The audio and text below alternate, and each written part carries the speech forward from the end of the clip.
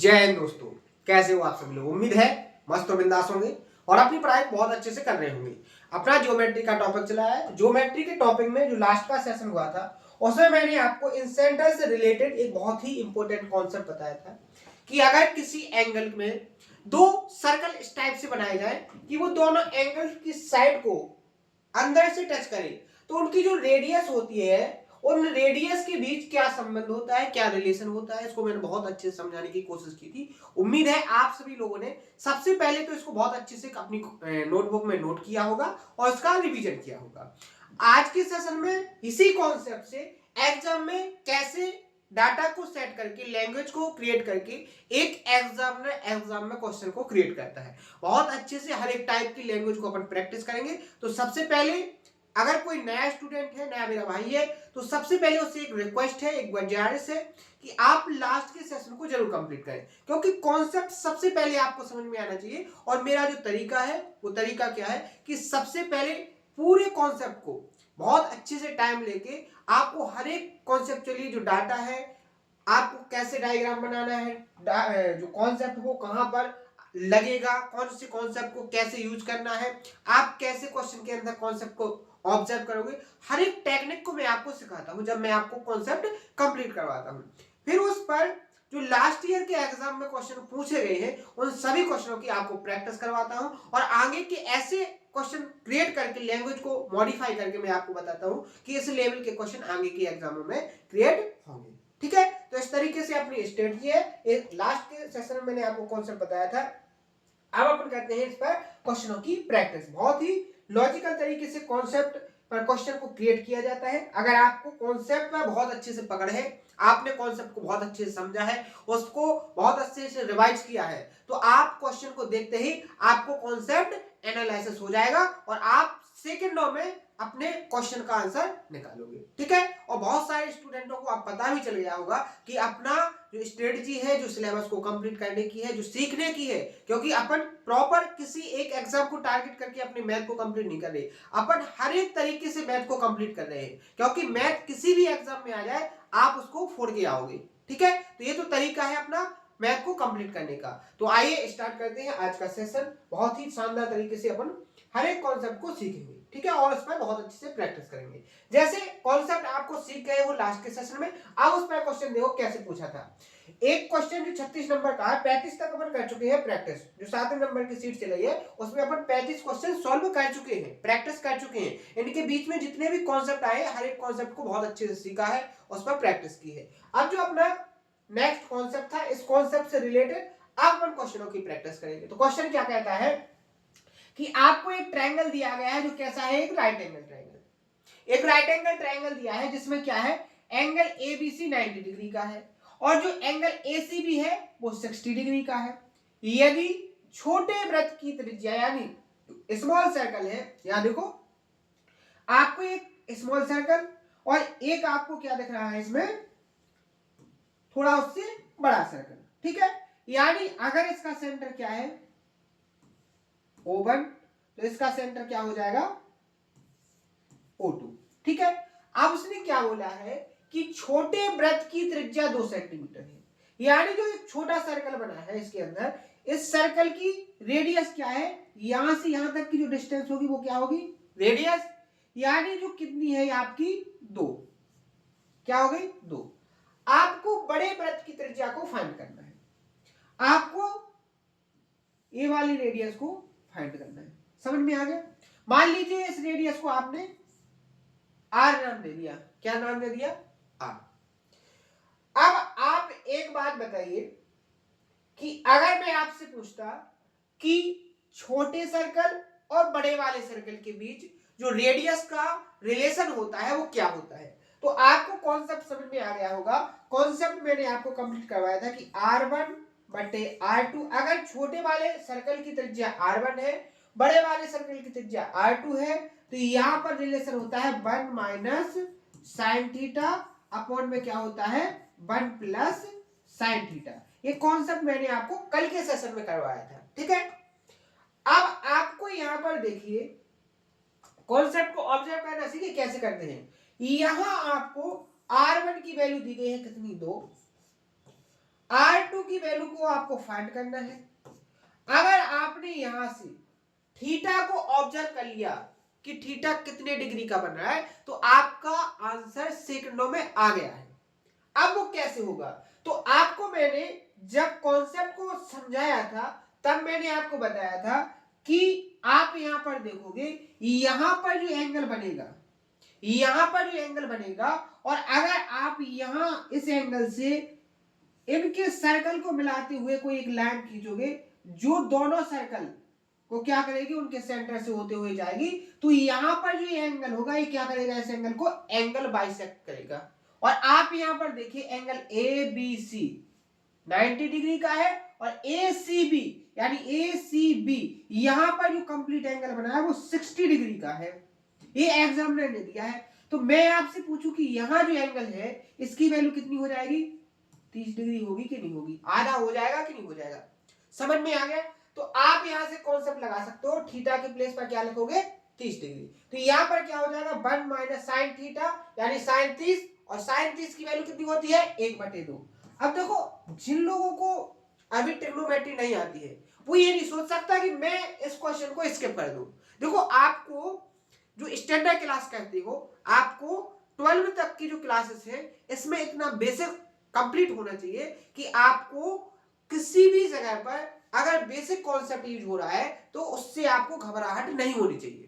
समझ में आए, जैसे ट्रिग्नोमेट्री का ये सबसे बेसिक कॉन्सेप्ट है कि साइन 30 डिग्री का, साइन 0 डिग्री का, साइन 90 डिग्री का, ये जो ट्रिग्नोमेट्री के जो रेशियो होते हैं, इनकी जो वैल्यू होती है एंगल्स में, वो कितनी होती है, ये अपन की बेसिक कॉन्सेप्ट है जो स्टैंडर्ड क्लास में अपन कंप्लीट कर चुके हैं। ये मैं आपको मान के चलता हूं, क्योंकि आप एक कंपटीशन की तैयारी कर रहे हो तो इतना बेसिक आपका कंप्लीट होना चाहिए। लेकिन अगर किसी को इतना भी नहीं है पता, तो जब टॉपिक को स्टार्ट करेंगे बिल्कुल बेसिक से उठाएंगे, हर एक कॉन्सेप्ट को बताएंगे, हर एक रेशियो को समझाएंगे, कैसे बना है, कैसे इस पर इसकी वैल्यू को रखा जाता है, कैसे इसकी वैल्यू इतनी निकल के आती है, हर एक कॉन्सेप्ट को बहुत अच्छे से समझाएंगे। तो या तो उसको बेसिक आना चाहिए या उसको खुद से थोड़ा अभी मेहनत करनी पड़ेगी, नहीं तो थोड़ा पेशेंस रखना पड़ेगा, क्योंकि जब टॉपिक स्टार्ट होंगे तब आपको हर एक चीज कंप्लीट करवाई जाएगी। ठीक है, तो ये आपको समझ में आ जाना चाहिए। तो यहां पर 1 माइनस साइन 30 डिग्री की वैल्यू 1/2 अपॉन, यहां देखो 1 प्लस साइन 30 डिग्री की वैल्यू वही 1/2। अब आप यहां पर देखो, इसको सॉल्व करोगे जब आप, तो आप सॉल्व करोगे तो आप कैसे करोगे, यहां 2/R2, 2/R2, R2 है क्या आपकी, यहां पर R2 लिख लो, R2 है क्या आपकी बड़े वाले सर्कल की रेडियस, इक्वल टू में देखो, यहां देखो डायरेक्ट सॉल्व करेंगे, यहां मैं आपको बता दूं 1 माइनस 1/2 को सॉल्व करना है, एलसीएम लेते, ये चीज आपको बताने लायक नहीं है, लेकिन बहुत सारे ऐसे महाशय भी होंगे जिनको एक नॉर्मल सी कैलकुलेशन भी नहीं आती है। ठीक है, तो वो भी आपको बताने की कोशिश कर रहा हूं मैं। यहां 2 आ जाएगा एलसीएम, 2 माइनस 1 क्या हो जाएगा 1, यानी क्या आ जाएगा आपका 1/2 अपॉन, यहां क्या हो जाएगा 2 और 1 3/2, और आप यहां पर देखोगे 2 से 2 क्या हो जाएगा यहां पर कैंसिल, और जब सॉल्व करोगे तो आपके पास क्या मिल जाएगा, यहां पर आपके पास आ जाएगा यहां पर 1/3। ठीक है, R2 की वैल्यू को फाइंड करना है, तो इसका यहां मल्टीप्लाई होगा और इसका यहां मल्टी, तो R स्क्वायर की जो R2 की जो वैल्यू होगी वो क्या हो जाएगी यहां पर 6, और R2 की वैल्यू आपको फाइंड करनी थी, यानी बड़े वाले सर्कल की जो रेडियस होगी वो क्या हो जाएगी 6 सेंटीमीटर। यहां तक किसी को कोई प्रॉब्लम तो नहीं है, आपको समझ में आ गया है ना कि कैसे आपको निकालना है, कॉन्सेप्ट को कैसे ऑब्जर्व करना है। ठीक है, समझ में आया, लैंग्वेज, डाटा और सॉल्यूशन, उम्मीद है तीनों आपको बहुत अच्छे से समझ में आ गए होंगे। आगे बढ़ जाए, नेक्स्ट क्वेश्चन देखो, उसी कॉन्सेप्ट से रिलेटेड है। क्या कहा गया है क्वेश्चन में कि दिए गए चित्र में छोटे वृत्त की त्रिज्या आपको फाइंड करना है। यहां आपको एक कदम और आगे पूछा है एग्जाम में, यहां पर आप देखोगे ट्रायंगल राइट एंगल था, लेकिन यहां पर उसने बोल दिया था कि इसकी जो छोटे सर्कल की रेडियस है वो क्या है 2 है। यहां उसने ये चीज नहीं बोली है, यहां उसने इसको छिपा के रखा है। यहां उसने कैसे छिपा के रखा है कि एक जो ट्रायंगल है PQR, ये कैसा है राइट एंगल, एक कैसा है राइट एंगल, आपको राइट एंगल की तीनों क्या दी गई हैं साइड। तो आप, अगर मैं आपसे पूछूं कि इस बड़े वाले सर्कल की इन रेडियस क्या होगी, क्योंकि बड़ा वाला सर्कल राइट एंगल की तीनों साइडों को क्या कर रहा है, अंदर से टच कर रहा है। छोटे वाले सर्कल की इन रेडियस आप ऐसे कैसे नहीं निकाल सकते हो, क्योंकि ये एक साइड को टच नहीं कर रहा है। तो आप बड़े वाले सर्कल की इन रेडियस को निकाल सकते हो। कॉन्सेप्ट मैंने बताया था, प्रूफ भी करवाया था, क्वेश्चन पर प्रैक्टिस भी करवाई थी। कैसे निकालोगे, दोनों लेग्स को जोड़ के उसके हाइपोटेन्यूज को माइनस करके उसको 2 से डिवाइड कर दो। 12 और 9 को जोड़ोगे तो कितना आ जाएगा आपका 21 आएगा कि नहीं। 21 से आप 15 को माइनस करोगे तो 6 बचेगा, और 6 को जब 2 से डिवाइड करोगे तो यहां मान लीजिए आपका ये क्या है, O1 और ये हो गया आपका O2। तो आपकी O1 से यहां टेंजेंट तक की दूरी इन रेडियस ये कितनी आ जाएगी आपकी 3 आ जाएगी कि नहीं आ जाएगी, समझ में आया कि नहीं आया। अब आपको फाइंड क्या करना है, अब आपको फाइंड करना है क्या, आपको यहां ये वाली रेडियस मान लीजिए R1 को आपको फाइंड करना है। ठीक है, कैसे फाइंड होगी, अगर आपको इन दोनों सेंटर से होकर जाने वाली इस लाइन से जो यहां पर ये एंगल बना है मान लीजिए थीटा है, अगर इस थीटा एंगल की वैल्यू आपको फाइंड हो जाए तो आप ये समझिए कि आपका सॉल्यूशन निकल आया है। ठीक है, यहां पर उसने क्या काम किया था कि इस कंप्लीट एंगल की वैल्यू दे दी थी, तो आपने 30 डिग्री आराम से करके और कैलकुलेट कर लिया था। लेकिन यहां देखिए, यहां आपको इस थीटा की वैल्यू को फाइंड करना है। आप कैसे फाइंड करोगे, तो यहां पर आप ऑब्जर्व कीजिए, क्या ऑब्जर्व करना है कि सेंटर से यहां तक की जो दूरी है वही डिस्टेंस आपकी ये वाली होगी, वही डिस्टेंस आपकी ये वाली होगी, वही डिस्टेंस आपकी ये वाली होगी। यानी यहां क्या बनता है आपका एक स्क्वायर बनता है कि नहीं बनता। आप यहां देखो, अगर ये 3 है तो ये यहां पर 3 हो जाएगी कि नहीं हो जाएगी। बहुत ध्यान से ऑब्जर्व करना, क्योंकि कैसे सॉल्व करना है टेक्निक आपको समझना है। ठीक है, आप यहां पर देखोगे क्यू आर की जो टोटल लेंथ है वो कितनी है 12।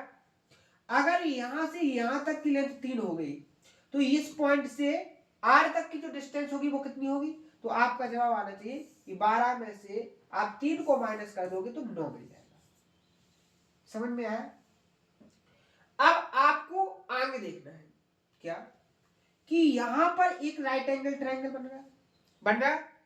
राइट एंगल ट्रायंगल में आपको परपेंडिकुलर दिया है, अगर थीटा ए है तो इसके लिए परपेंडिकुलर, और आपको बेस दिया है, क्या दिया है, परपेंडिकुलर और बेस दिया है। ठीक है, और परपेंडिकुलर और बेस के जो रिलेशन होता है वो कौन सा दिखाता है, कौन सा रेशियो, tan थीटा। यानी tan थीटा की जो वैल्यू होगी वो क्या हो जाएगी, परपेंडिकुलर अपॉन बेस यानी 3/9। और जब आप इसको सॉल्व करोगे तो क्या आ जाएगा, यहां पर 1/3 कितना आ जाएगा, 1/3। यहां तक किसी को कोई प्रॉब्लम, मुझे नहीं लगता किसी को कोई प्रॉब्लम हुई होगी। ठीक है, आगे बढ़े। देखो आपको यहां पर क्या नहीं चाहिए, tan थीटा नहीं चाहिए, आपको चाहिए sin थीटा, क्योंकि कॉन्सेप्ट क्या कहता है कि R1/R2 इक्वल टू क्या होता है 1 minus sin theta upon 1 plus sin theta. यानी आपको sin थीटा की वैल्यू चाहिए। आप यहां पर देखो ये परपेंडिकुलर हो गया, ये आपका बेस हो गया। अगर यहां से हाइपोटेन्यूज निकालोगे तो क्या हो जाएगा, √10 कितना हो जाएगा, √10।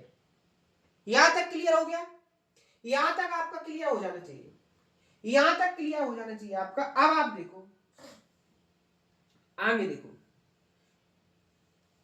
अगर मैं आपसे सॉरी यहां देखो कितना आएगा अपना हाइपोटेन्यूज, 3 त्रिका 9, ठीक है, और 1 क्या हो जाएगा, 9 1 10 क्या हो जाएगा, 10 हो जाएगा आपका।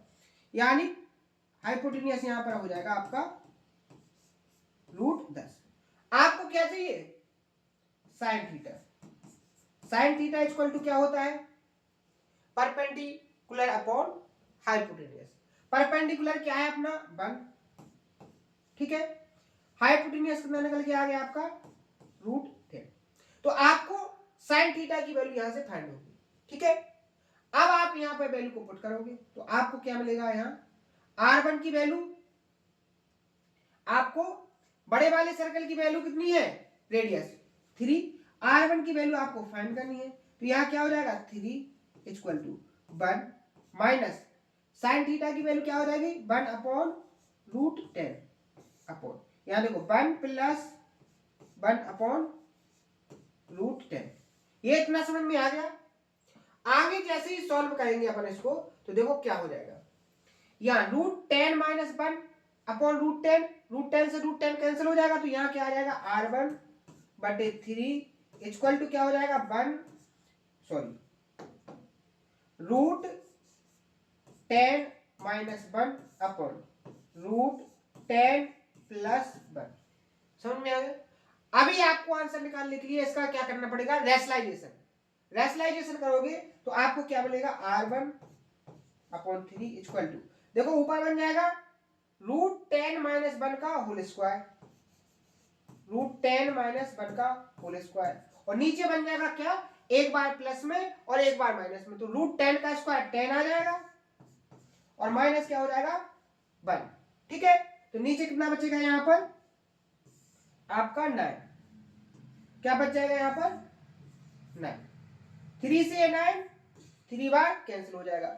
आप यहां देखो ऊपर का स्क्वायर खोलोगे तो क्या हो जाएगा a² + b² - 2ab, तो क्या हो जाएगा a² यानी 10 का √10 का स्क्वायर 10 प्लस 1 का स्क्वायर 10 + 1 11, 11 माइनस क्या हो जाएगा 11 - 2√10 अपॉन में क्या आ जाएगा यहाँ पर 3, और यही आपकी किसकी वैल्यू हो जाएगी R1 की वैल्यू, किसकी वैल्यू हो जाएगी R1 की। तो आप यहाँ देखो 11 - 2√10 अपॉन 3, ऑप्शन नंबर ए क्या हो जाएगा यहाँ पर आपका करेक्ट आंसर। समझ में आ गया।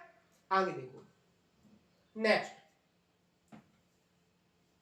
सेम कॉन्सेप्ट है। देखो एक कॉन्सेप्ट से मैंने आपको अभी 2 क्वेश्चन प्रैक्टिस करवाया। ये जो कॉन्सेप्ट मैंने आपको बताया है 2 रेडियस के बीच में जो रिलेशन है, इसी कॉन्सेप्ट से आप देखोगे मैंने 2 क्वेश्चन प्रैक्टिस करवाए। इसकी लैंग्वेज में कुछ और डाटा दिया था, कुछ और तरीका दिया था, और मॉडिफाई अलग तरीके से किया था। नेक्स्ट जो क्वेश्चन है इसमें डायग्राम के अंदर जो डाटा आपको सेट किया गया है वो और अलग तरीके से हटके दिया है, यानी क्वेश्चन की डाटा और लैंग्वेज को कैसे चेंज किया जाता है, एक एग्जामिनर कैसे क्रिएट करता है, वो आपको समझ में आना चाहिए। कॉन्सेप्ट एक ही लगा है आपका, लेकिन डाटा और लैंग्वेज दोनों में क्या हो गई चेंज हो गई।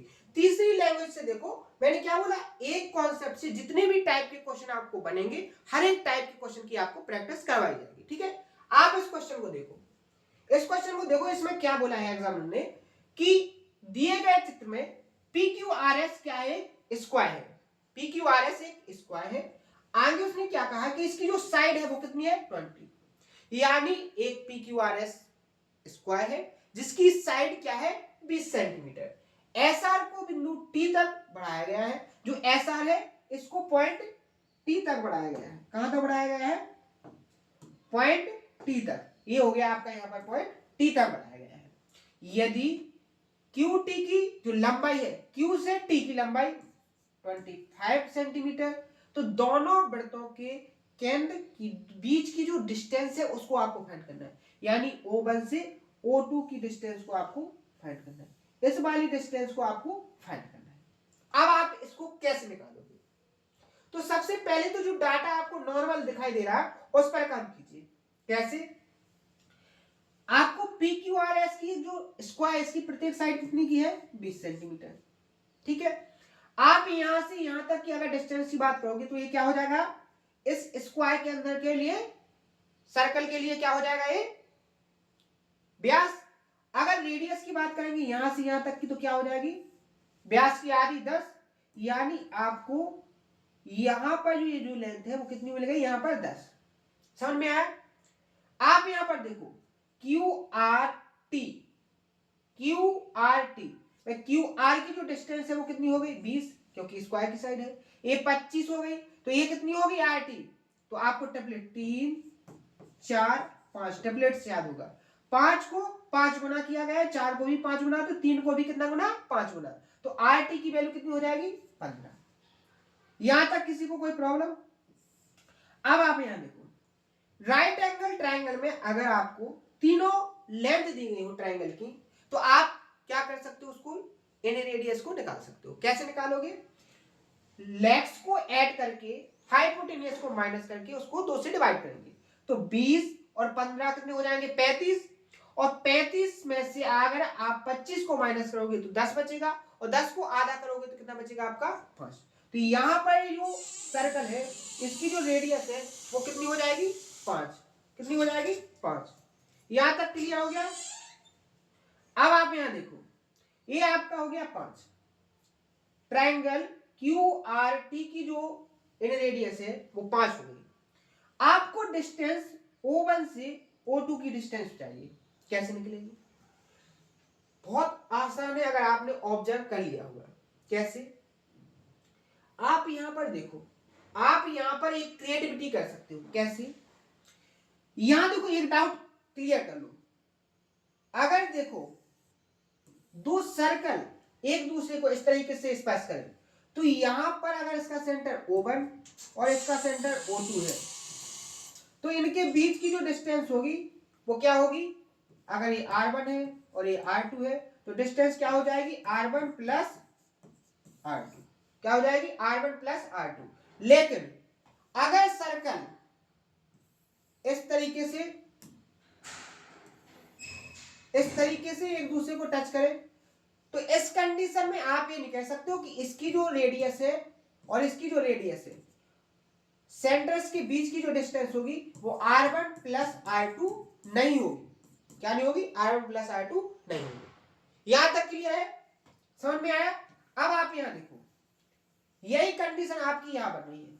तो आप यहां पर देखो, एक क्रिएटिविटी यहां देखो, आप इसको अगर आप यहां से लेके सेंटर को बुलाओगे यहां, तो यहां 90 डिग्री का एंगल बनेगा, बनेगा कि नहीं बनेगा? आप यहां पर देखो, ये अगर ये 5 है तो ये आपकी 5 होगी, टोटल 10 है तो ऊपर की कितनी बचेगी? 5 बनेगी कि नहीं? आप यहां देखो, यहां से लेके यहां तक की डिस्टेंस 10 और यहां से यहां तक की 5, तो ये कितनी हो जाएगी? 15। अब आपको ये निकालना है, राइट एंगल बन गया है, तो कैसे निकालोगे? पाइथागोरस टेम्पलेट से। क्या हो जाएगी? एक और मैंने आसान तरीका बताया था आपको, 5 और 15 में हाइपोटेन्यूज निकालना है। यानी देखो, ये राइट एंगल ट्रायंगल है, इसमें आपको ये 5 दी गई है, ये 15, तो इसमें जल्दी कैसे लगाएंगे अपन पाइथागोरस टेम्पलेट? आप यहां पर देखो कैलकुलेशन को कैसे कम टाइम में करते हैं। इसको लिख सकते हैं 5 इंटू ए, इसको लिख सकते हैं 15 को 5 इंटू 3। तो यहां पर एक तो बात पता है कि यहाँ 5 आएगा ही आएगा। अब कैलकुलेशन करनी है आपको 1 और 3 पर। किस पर? 1 और 3 पर। तो क्या हो जाएगा? रूट 3 का स्क्वायर 9 और 1 का स्क्वायर 1, तो 9 है 10। क्या हो जाएगा? 5 रूट 10। क्या हो जाएगा? 5 रूट 10। तो इस तरीके से आपकी O1 से O2 की जो डिस्टेंस होगी वो क्या हो जाएगी? Option number A correct answer, 5 root 10। तो ये कॉन्सेप्ट थी आपकी, और कॉन्सेप्ट पर क्वेश्चन की प्रैक्टिस। तो मैंने आपको कॉन्सेप्ट समझाया, कॉन्सेप्ट पर क्वेश्चनों की प्रैक्टिस भी करवाई। उम्मीद है बहुत अच्छे से आपको समझ में आया होगा। आज के सेशन में इतना ही, मिलते हैं कल के सेशन में। आगे के कॉन्सेप्टों को सीखेंगे और आगे के क्वेश्चनों की प्रैक्टिस भी करेंगे, शानदार तरीके से सीखेंगे। तो अगर कोई डाउट रहेगा आपका तो उसको कमेंट बॉक्स में जरूर बताएं। मिलते हैं कल के सेशन में। थैंक यू, धन्यवाद।